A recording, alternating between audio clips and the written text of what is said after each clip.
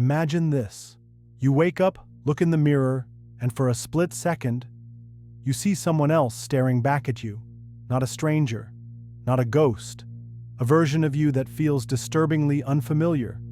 Their presence is undeniable, stronger, sharper, unapologetic. You blink and they vanish, leaving only the faint echo of something you don't want to admit.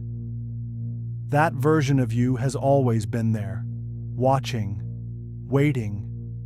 It lingers in the sharp pang of jealousy when you see someone owning the space you shrink in.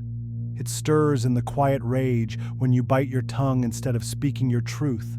It seeps into every excuse, every hesitation, every almost that dies before it begins. This is the terrifying paradox. The version of you that you fear the most is the one you need the most. Carl Jung called it the shadow, the suppressed, unclaimed parts of yourself that society taught you to reject. Your anger, your power, your raw desires, everything you disown yet secretly crave. And the more you run from it, the more control it has over you. But what if, just for a moment, you stopped running? What if the only way to become who you were meant to be was to face the darkness you've spent your life avoiding? Before you can break free, you must first understand the invisible force that keeps you trapped. And for that, we must go deeper. You were never taught to embrace your shadow. From the moment you could walk, talk, and express yourself, the world started shaping you, telling you what was acceptable and what was not. Be kind, not aggressive. Be humble, not ambitious. Be agreeable, not confrontational. And so, like everyone else, you learned to play the game. You cut off the parts of yourself that didn't fit. You buried your rage, your hunger, your defiance, convincing yourself they were flaws rather than fuel. And what remained? A carefully sculpted version of you. Polished, palatable, safe. But there was a cost. Because every part of you that was rejected didn't disappear. It was simply forced underground, into the unconscious. Jung called this the shadow self, the vast reservoir of everything you suppress. And the more you suppress it, the more powerful it becomes. It leaks through in ways you don't expect. Ever wonder why you sabotage yourself when you're on the verge of success? Why you secretly despise those who express the qualities you lack? Why you can't shake the feeling that you're living at half capacity? Your shadow is speaking. You just don't recognize its voice. The roots of the shadow. Why we fear ourselves. Jung wasn't the only thinker who understood this darkness. Nietzsche warned of the danger of the slave morality imposed by society, the idea that we must deny our own power to fit into a moral framework designed to keep people compliant. Schopenhauer described the unconscious will as a force that drives us, even when we try to resist it. Sartre argued that we are condemned to be free, yet most people fear that freedom because it forces them to take full responsibility for their existence. The common thread? We are terrified of what we might become if we embraced our full capacity. Society conditions you to fear your shadow because an unrestrained individual is unpredictable. The systems around you thrive on obedience, not self-actualization. If everyone embraced their full potential, their raw, unfiltered truth, what would happen to control? To order? That's why the most powerful aspects of yourself, your ambition, your assertiveness, your willingness to break the mold, were framed as dangerous. It's why you were rewarded for staying within the lines. Because a fully realized individual is not easily controlled. But repressing your shadow doesn't erase it. It only makes it stronger in the dark. When you suppress ambition, it mutates into jealousy. When you deny your anger, it festers into resentment. When you reject your own power, you project it onto others, elevating them while diminishing yourself. The tragedy? Most people never realize they are doing this. They walk through life half awake, believing they are good for suppressing their desires, unaware that the very act of suppression keeps them weak.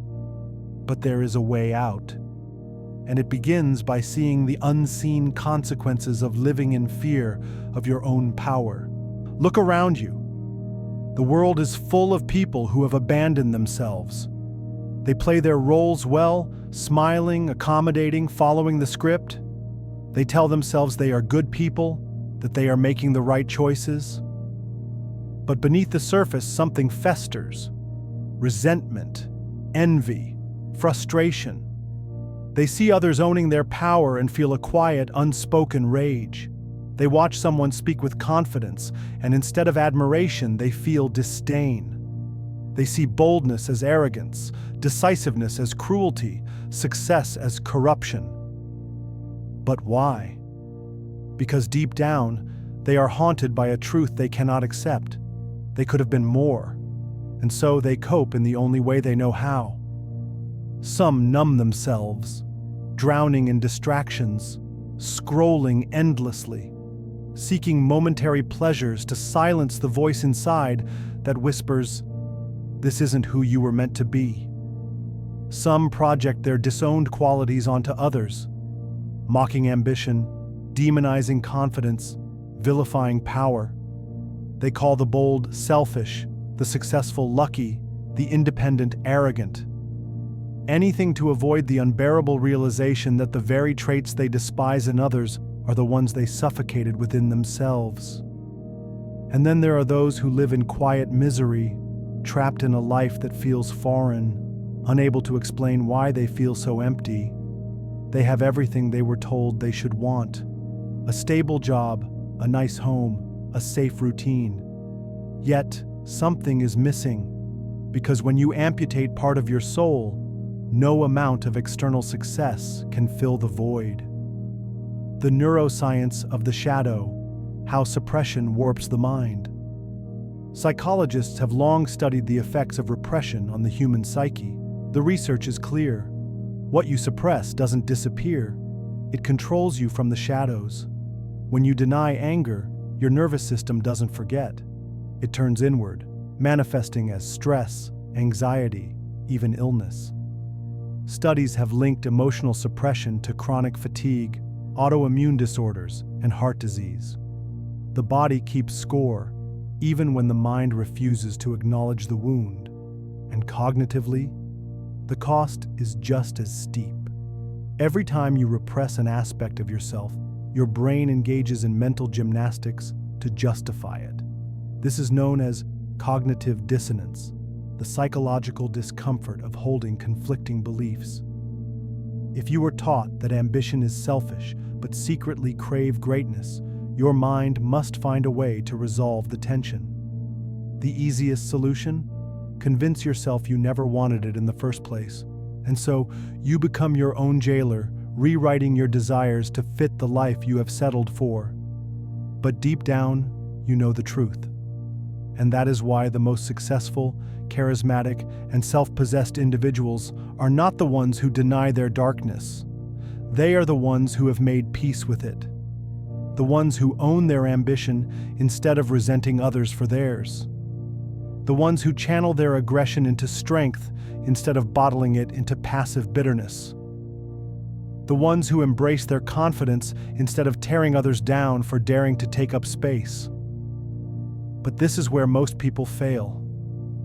They think integrating the shadow means surrendering to destruction, giving in to rage, selfishness, or cruelty. But that is not what Jung meant. He was not advocating for indulgence in darkness. He was calling for its mastery. The difference between the tyrant and the leader is not the presence of power, but the ability to wield it wisely. The difference between recklessness and courage is not the absence of fear, but the willingness to act despite it. Your shadow does not need to consume you, but if you do not face it, it will rule you from the dark. And so the question remains, will you reclaim what you have buried? Or will you continue living as a fraction of yourself, haunted by the echoes of what could have been? If you are ready, the rebellion begins now. The moment you decide to stop running, everything changes. Most people spend their lives avoiding their shadow, terrified of what they might find. But you are about to do something different. You are going to turn and face it, not with fear, not with guilt, but with the quiet, unwavering realization that it was never your enemy. The rebellion begins here. Step 1. Look into the abyss without blinking. Carl Jung once wrote, "One does not become enlightened by imagining figures of light, but by making the darkness conscious." This is where most self-development advice fails. It tells you to focus on positivity, to affirm your worth, to chase only the light. But true transformation, it doesn't come from running toward the sun, it comes from walking straight into the dark. So ask yourself, with ruthless honesty, who are you envious of? Not in a superficial way, but in a deep, painful way, the kind that makes your stomach twist. What do you judge in others? What traits make you feel disgusted, angry, or resentful? Where do you sabotage yourself? What excuses do you make to stay small, to stay unnoticed, to stay safe? These are not random emotions. They are road signs pointing directly to your shadow. The person you envy, they have something you disowned in yourself.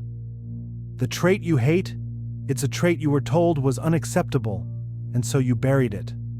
The self-sabotage, it's the shadow keeping you trapped in a reality where you never have to face your own power. Once you see the patterns, you can no longer unsee them. And that is where real power begins. Step 2. Reclaim the exiled pieces of yourself. Most people assume that integrating the shadow means indulging in their darkest impulses, that embracing anger means becoming violent, that reclaiming ambition means becoming ruthless, that owning their power means dominating others. But this is a mistake. Integration does not mean surrender, it means mastery. Anger, when wielded properly, becomes strength. Ambition, when balanced with purpose, becomes impact. Power, when guided by wisdom, becomes leadership. To integrate your shadow, you must first separate the raw energy from its corrupted form. Ask yourself, what is the healthy expression of the qualities I have suppressed? How can I channel this energy in a way that serves me rather than controls me? Who would I be if I no longer feared my own depth? This is what true rebels do. They don't reject the darkness, and they don't let it consume them. They learn to wield it. Step 3. Dismantle the fear of being seen. There is one final reason people suppress their shadow. It's not just because society told them to. It's not just because they fear their own strength. It's because the moment you embrace all of who you are, you can no longer hide. The world will see you.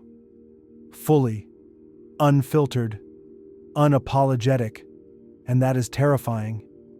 Because as long as you stay small, as long as you play nice, as long as you exist in the safe middle ground, where you are neither too much nor too little, no one will challenge you. No one will judge you. You will be accepted. But the cost of that acceptance, your own life. The world has already seen what happens when people deny themselves, resentment, self-sabotage, mediocrity. But what happens when someone refuses to play small? When they own their confidence, their desires, their strength, they become undeniable. The moment you stop apologizing for who you are, you become a force. You step out of the background and into the arena. And yes, some people will resent you. They will mock you, misunderstand you, try to pull you back down. But do you really want their approval? Because the people who matter, the ones who are also rising, who are also stepping into their power, they will recognize you. And those are the only ones you need. This is your choice. You can continue as you were, suppressing, hesitating, apologizing, living in the half-light, avoiding the gaze of the version of you that knows what you are capable of. Or you can step forward, face your shadow, Reclaim every part of yourself that was taken, shamed, or buried. Most will never do this. They will live and die as a fraction of who they could have been. But you don't have to be most people. The question is, are you ready to stop running? Because if you are, there is one final truth you must confront, and it will change everything. There is a moment, just before transformation, where everything feels like it's breaking. The identity you built, the one designed to be accepted, to be liked, to be safe, begins to fracture. You feel it in your chest, in the quiet moments when you are alone, when there is no distraction left to shield you, because now you know the truth. There was never anything wrong with you. The parts you buried, the anger, the desire, the ambition, the hunger to be more, were never flaws. They were never weaknesses. They were pieces of your power that were stolen from you before you even knew how to claim them. And now, they are waiting for you to stop apologizing for existing, waiting for you to stop seeking permission to take up space, waiting for you to choose yourself fully, completely, without shame. Because here is the final, most powerful realization. The person you are afraid to become is the person you were always meant to be. Not a tyrant, not a villain, not some uncontrolled force of chaos, but someone whole, someone unshaken, someone who no longer bends to the expectations of a world that would rather you stay small. This is not about becoming someone else. It is about reclaiming the parts of you that you were taught to fear. The parts that make you bold, the parts that make you strong, the parts that make you alive. Because the true tragedy is not failing. It is not being rejected. It is spending your life as a fraction of yourself, watching from the sidelines as others live the life you were too afraid to claim. But now, you have a choice. You can stay as you are. Number hesitant, always one step behind your potential. Or you can step into the fire. You can face your shadow, hold its gaze, and finally understand it was never your enemy. It was your path to freedom. So, who will you choose to be? Because the door is open, but only you can walk through it.